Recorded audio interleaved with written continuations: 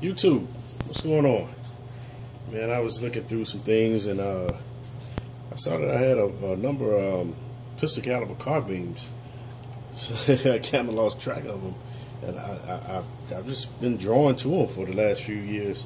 I don't know what's going on with me, but I do like them.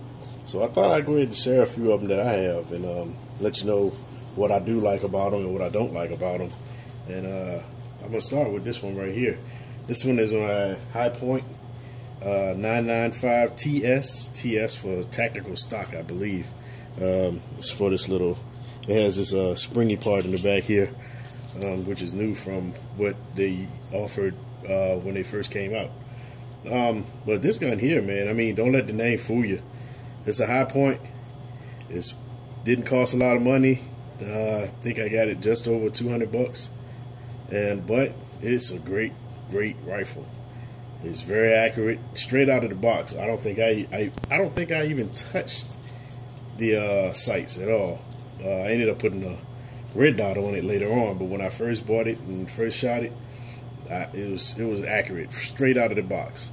And a lot of people dog Hi-Point. They're great guns, actually. They're not the most pretty things in the world. This one's included. It's not the prettiest firearm, but you know, I'm not trying to win a beauty contest with it. But it's a nice looking rifle. It's a nice shooting rifle. This one here, I have the aftermarket. I think is a Pro Mag 15 round magazine, extended magazine.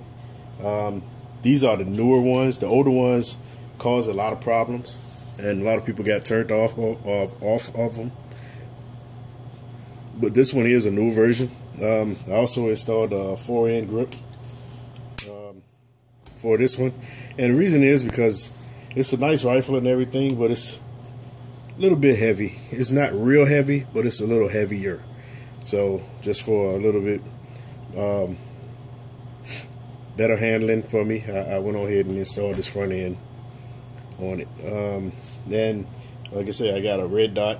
This is just a little Cabela's red dot. It's nice. It's not a bad red dot for what it is. I mean, this is a 9mm version. They come in 9, 40 Smith & Wesson, and 45 caliber. This one is the 9mm version, so the recoil is not too bad, and the red dot holds at 0. And it's also gives a direct sight picture for the sights, for the factory sights. Since this one can't be folded down or anything, it's a direct sight picture the way it is. So it goes well on this firearm here. It's a great little plinker, man. I enjoy taking it out to the range. It's ugly, but it's accurate, and it spits out anything I put in it. My reloads, my crazy reloads, wolf ammo, anything I put in this guy, it'll shoot it. So I haven't had a problem with it at all. Never jammed on me. I also have the 2 mags. This came from Hi-Point. You go to their website and you get the double mags with the magazine holder for the buttstock. But that's about it on this guy here, man. It's a great little gun. It's a nice little rifle. Pistol caliber carbines, you know. Yeah, a lot of people didn't believe in them, but I mean, if you have a pistol, pistol's only accurate up to so much. I mean, the longer the barrel, the more accurate the firearm. So if you're going to have a pistol on your side, it's good to have a rifle chambered in that same caliber. Even better if you have one where the magazines are interchangeable, which we'll get to that also. I don't have a Hi-Point pistol in 9mm, but I do have a Hi-Point in 45. I bought it maybe 15, 16 years ago. It was like $110, brand new. And again, it's a Hi-Point. It never jammed on me. And it shoots everything I put in it also. Last time I took it out of the safe. It's been in the safe for a while. But back to this guy here. There's nothing I can really say bad about it except for the way it looks, which I can get over that. You know. But you know, it's what it is. It's a good shooting gun, and Hi-Point has a great warranty if you ever dealt with their customer service. So I can't complain about it. So let's move on to the next one. Okay, the next one I want to talk about is one I really like here. This is Kel-Tec Sub 2000 or Kel-Tec Sub 2K. Kel-Tec's another one of those little companies that people, a lot of people grumble and gripe about them a little bit. I think what the problem is now with them is, the biggest gripe about them now is demand. There is a demand for their rifles, but the supply isn't there. Therefore, the price on their rifles goes up if you can find them. So these two here, luckily I was able to find them and I didn't get gouged on them. And I mean, I didn't get them for the initial, I think when they first came out they were around $350 and $399 or something like that. I didn't get them for that, but I didn't pay much more than that when I bought these two. I have two of them here because one of them's, this one here is a 40 Smith & Wesson, takes Glock magazines. This one here is a 9mm, takes Glock magazines. And I have quite a few Glocks, so it made sense for me to have a Glock. And I kind of touched on this on the last firearm, the High Point, when I said it's good to have, if you have a pistol, then you can have a rifle which chambers the same round. And in this case, it actually takes the same magazine. So that same 40 Smith & Wesson extended magazine goes in this Kel-Tec Sub 2K 40 Smith & Wesson. Will also go into my Glock 23 or my Glock 22, or I don't have one, but a Glock 27 if you had that. Same thing here with the Kel-Tec in the 9mm version. This is a Glock 19. Magazine comes out of the Kel-Tec, goes into the Glock 19. These Kel-Tecs, these Sub 2Ks are actually for the Glock 17, which is a longer magazine. So the Glock 19 magazine wouldn't fit into this Kel-Tec Sub 2K, but a Glock 17 magazine would fit into it. Now they do have the version for the Glock 19, but it's a little bit harder to find. Same thing here. This Kel-Tec is actually the magazine size is for Glock 22, which is the full size Glock. Glock for 40 Smith & Wesson. I have the Glock 23. I have the 22 also, but I don't have the 27. So the Glock 23 magazines won't fit into this Kel-Tec Sub 2K, but the Glock 22 magazines will, and they'll also fit into the Glock 23. They'll just be extended a little bit. I think you get 2 extra rounds. But these extended round magazines do fit, of course, both of them. Here and here. And you can also get the KCI 50 round drum magazine for the Glock 9mm. And it'll also fit. And all of these guns are empty, just to let you know, nothing's in the magazines.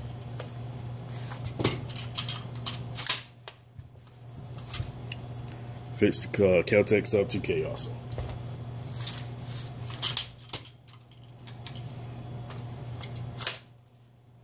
So I'm going to go over what I have on both of these here. These are pretty much identical setups, the Kel-Tec Sub 2Ks.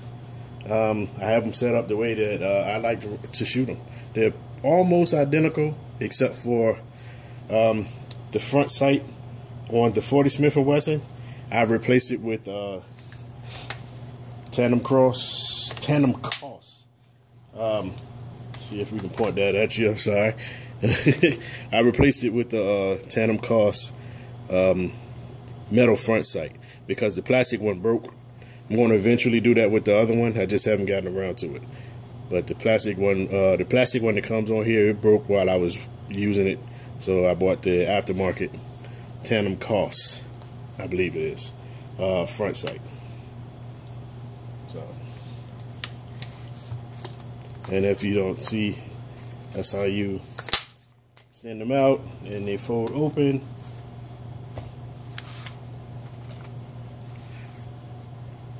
And it's a nice, small, convenient package here. A lot of people use them for their truck guns. You can use them in your car. You know, you can hide them. You can put them in a book bag, a laptop case. It's a lot of ways you can conceal these guys. They fold up in a real small. It's nice on both. I have the extended buttstock here, and the reason I got the extended buttstock is because when you do close it up, it's kind of hard doing this with the camera right here. It goes right into that spot right there in that extended buttstock. And if you don't have that on there, it'll actually shoot off to the side a little bit. I found that when you don't have this extended buttstock on there, it doesn't really line up a good way. It'll get there, but it doesn't get there every time. But when you have this extended buttstock with that cutout on there, it lines up when you close it up every time. So not only is it more comfortable, it gives you a longer reach to your trigger, but you have that also. I also got the company called Tactical products. I have their buffer pad here. It's a little buffer pad because you can use this as a cheek rest here, and without it, it's just bare metal, and the boat is springing in this spot right here. And if you have your face on it without that buffer pad, it's real uncomfortable, and you'll feel it in your mouth by the time you put 50 rounds down range with this guy. So definitely have to have that buffer pad. While I was at it, I got the little rubber piece here that goes on the charging handle. There's the charging handle here. Pull it back, twist it to the side, and it's just a little bit. You know, it's bare metal again on the original design, and it keeps that stress off of your finger. You know, after a few times of charging that guy on that bare metal, it does kind of wear thin on your finger. So, what else did I get here? I got the hold grips for both of them, and the reason is because on there again with Kel-Tec's design, it's a two-piece system here. That's just, you see, it's just two pieces that fits together here. The screws all along here, and it's the same thing here. And what happens when you're shooting, it pinches your hand. You'll feel that right there in that crease of the hand grip. It'll pinch your hand in the back right here. It's really uncomfortable. So $8, get you a hold grip, and it solves that problem. I also went with Kel-Tec's Picatinny rail. They sell a Picatinny rail on their website. You take the screws out of this foregrip here, and there's a little spacer there. You take it out and insert the Picatinny rail, and it's just a small rail here. And then I ended up putting a forward hand grip on it, and after that, it's very comfortable once you do that. Get there. So, and I did the same thing for my this is my 40 Smith & Wesson version. I did the same thing on this 40 Smith & Wesson version. Extended butt pad, tactical buffer, cheek rest, charger handle, rubber piece, hold grip, Picatinny rail, and a foregrip. Same thing. And these are great guns. Kel-Tec Sub 2000, then 40 Smith & Wesson, and 9mm.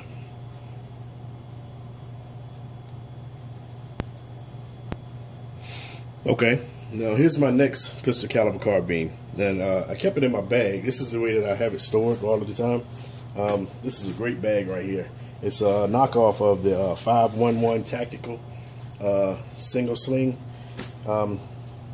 concealed carry bag that they have. This one is actually made by Colt. I saw it on the Cabela's website for like $25, whereas the 5.11 version is was like $120. So I found this one, and it's exactly like it. It had a little fanny pack too. I sold that. I didn't like that, but I kept the bag. Actually, excuse me. I actually sold the fanny pack for like $20, so I ended up paying $5 for this bag. So that was a great little purchase. What it is it's a single sling here. It has Velcro grip here. I'm not gonna get into it too much because it's more about the firearms today than the bag, but I did want to show you this bag real quick. It has a zipper front here. You keep a few things in there if you need. And here's the main compartment here. Zips all the way up this way. And it also has this Velcro tab here where you can zip it here before I open it all the way up. And that's for quick access right there. Pull it and it unzips it up. So that's what I have it. So since I now have it open, I'm gonna go ahead and let you see what I have inside of it. And this is my next pistol caliber carbine that I own. This one here is has a little history to it. It's British Sterling in 9mm. British Sterling. They call it, the whole thing is British Sterling submachine gun. But this one is the this one isn't the submachine gun version, of course, because that would be fully auto.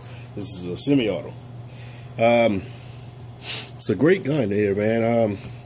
You know, it has the magazine off to the side instead of underneath it, and that's so that it dates back to, I believe, World War II, if I'm not mistaken. And it's so the soldiers could get on the ground and not have their magazine dig into the dirt. So they went with a design with the magazine off to the side instead. And these are great magazines here. Some of the best that I have. And it's because of the design. If you look inside of it, it has the rollers on the inside of it. And it feeds those, it feeds the bullets real good because of those rollers right there. So it's a great design. It's it holds 33 rounds, but what I found is that putting 33 rounds in here actually stresses it. Someone said it's because of it was a open boat design in the beginning, but you know, U.S. laws, you can't have an open boat firearm because it's too easy to convert to fully automatic. So when they brought it over here for import reasons, they had to change it to a closed boat firearm. So what happened was, since these are the original mags, when you put 33 rounds in here, sometimes it doesn't like to feed those first 5 rounds. So I found that just putting 30 rounds in there instead of putting the full 33, I mean 3 less rounds when you got another 30 left. But it makes it a whole lot more reliable with that, since it's a closed boat operation now. But this is the 16-inch version. It has the full barrel shroud. They have some that has a half barrel shroud here, and the rest is just an open barrel coming out to give you the 16 inches. It has there's your buttstock, and charging handle. It's on the heavy side, and you don't really hold it like this. You're supposed to hold it this way. I've seen people holding it this way. That actually jams up the magazine also. But it's on the heavy, a little bit on the heavy side. But it's a great pistol. It's a great rifle. I mean, it is very reliable. I haven't had a lot of problems with it. Doesn't really like my reloads.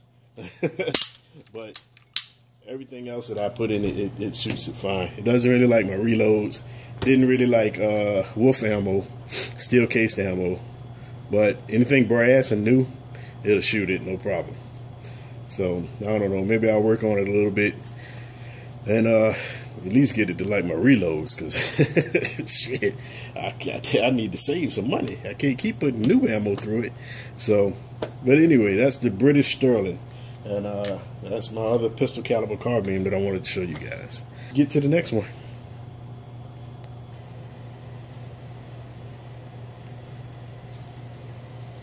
Oh. Okay. I want to show you my newest one here. I know you're looking at it like, what the hell is that? This is what's called a Roni kit. And Roni kit and a Glock 19. This is my Glock 19 here, my Gen 4 Glock 19.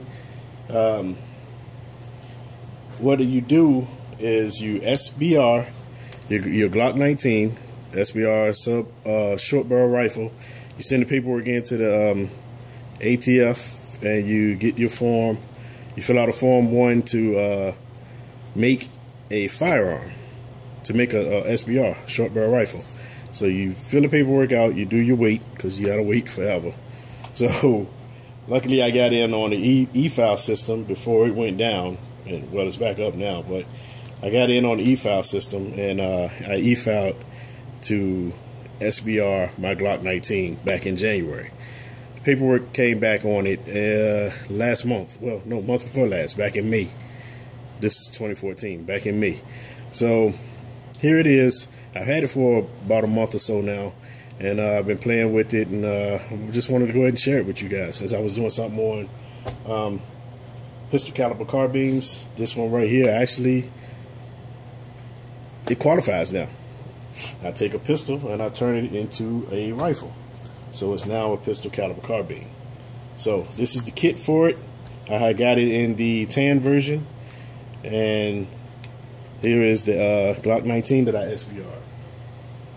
Just to show you a difference, here is the Glock 19 in the Airfield Desert Earth, and it doesn't match up the same. So if you were wondering, there you go. Doesn't really match up right. So I went with the black Glock 19, and this is what I came up with. So I'm gonna put it in the kit real quick and show you the finished product. Actually, I'll go ahead and just put it in the kit and let you guys see how it does it. So if you see this extension here, this comes with the Roni kit. It's a charger handle once you get it in there. And of course, like I said, everything is empty. There's not even a magazine in it. So you extend the buttstock.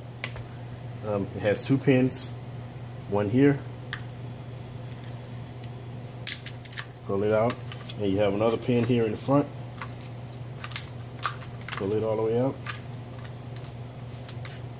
and the front end comes forward, the back end goes backwards, and the side opens up like so. So you take your Glock 19 with your charger handle on it,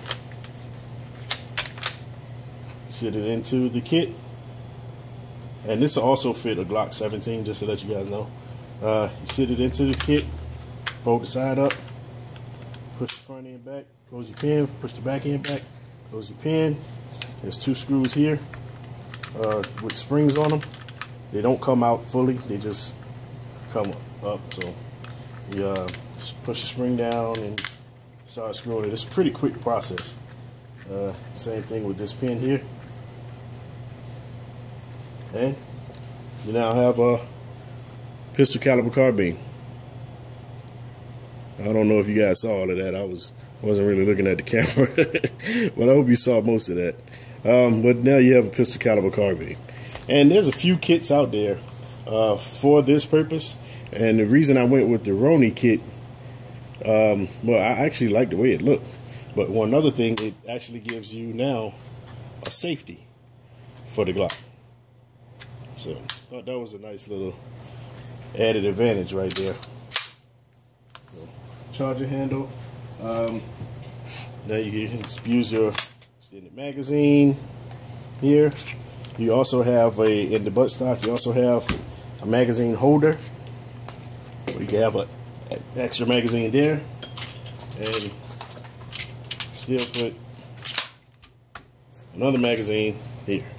So that's 83 rounds of fun right there. Just to let you know, that's 83 rounds of fun. I bought the optional backup sights, which were also made by the same company. This is CAA. They are an Israeli company, and if anybody knows about weapons, it's Israel because well, they're always at war. They're always fighting over there. I'm not gonna get into that, but it's an Israeli company. I also got the backup sights, which are also made by CAA Tactical. It's a great kit though. You have to make, like I say, you can't just do this with your own Glock. You have to get the proper paperwork and wait and do the pay the $200 tax stamp. It's a bit of an expensive process. A lot of people save I mean, why do it? Why not just go ahead and, you know, get another type? You know, once you put $200 into the stamp, another however much the kit costs into it, and then you already bought the Glock. You know, it can be a bit. It can be a bit of an expense. But I mean, why not? You're turning a Glock, one of the greatest handguns ever made, and you're being able to shoulder it now for even more accuracy. Hey, made sense to me. So that's why I did it. So anyway, to each his own. I'm happy with it. I enjoy this little guy. But another reason that I did it, and like I say, there are other kits out there, but like I say, the reason that I went with this kit is because this front end here is removable. Why do I need it to be removable? Well, let me take it off and I'll show you in a minute. So now, once I take the front end off, this is the reason that I really went with this guy. I can now take my Glock 19, change it out to a threaded barrel, and now I can add my suppressor to it.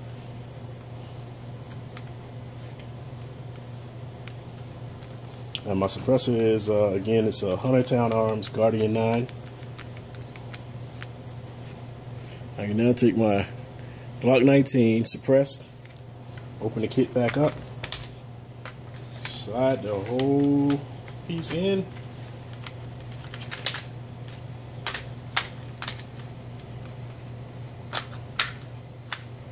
push the front back, push the back, push your pin in, 2 screws.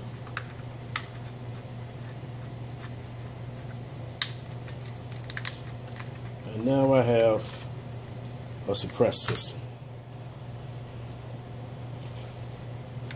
Empty magazine. Now my pistol caliber carbine is suppressed. And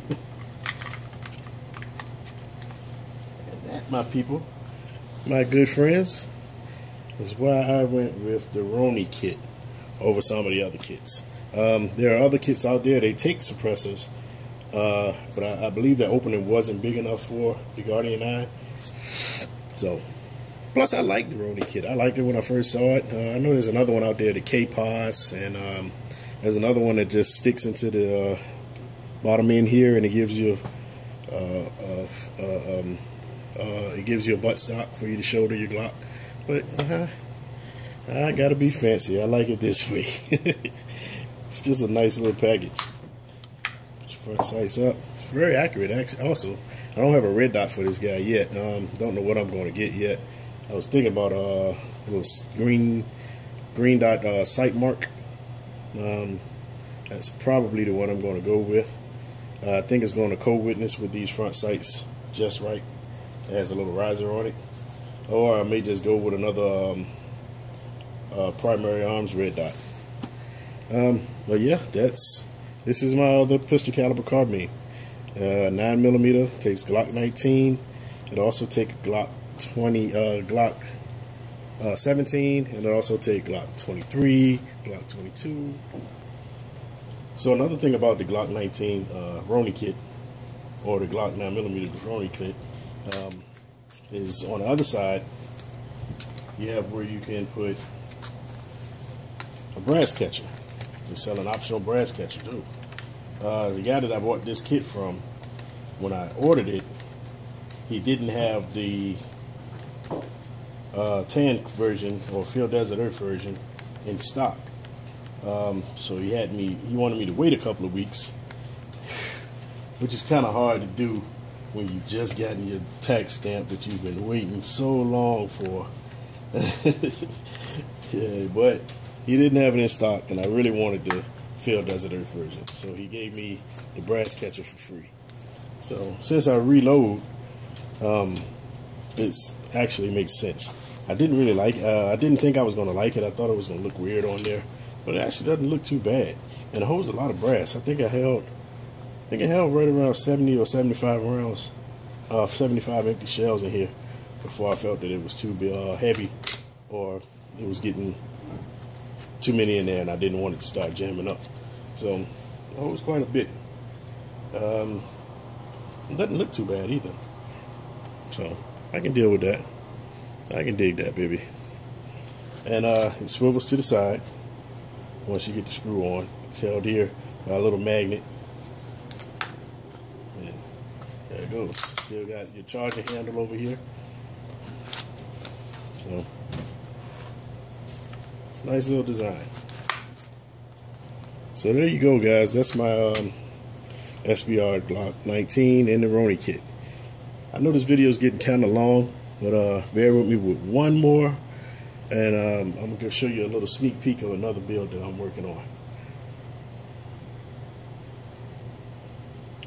So this is not just plastic. It's bubble wrap. It's not just bubble wrap. It's my next project that I have as far as my 40 caliber. As far as my pistol caliber carbines. This one here. I was lucky to actually get this because the company was going through so much turmoil for the last couple of years. It's hard to find these little guys here. This right here is my DDLES small frame Glock AR lower, stripped lower. I don't know if you guys aren't familiar with it.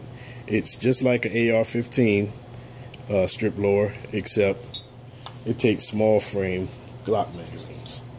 So this is a Glock 9mm, so that's 17, 19, or 23 magazine, and it fits into it just like that. The company DDLES, they're the ones that came up with this design, but the guy was making orders and just taking people's money over the last few years. It's talked about a lot on the forums if you check it out.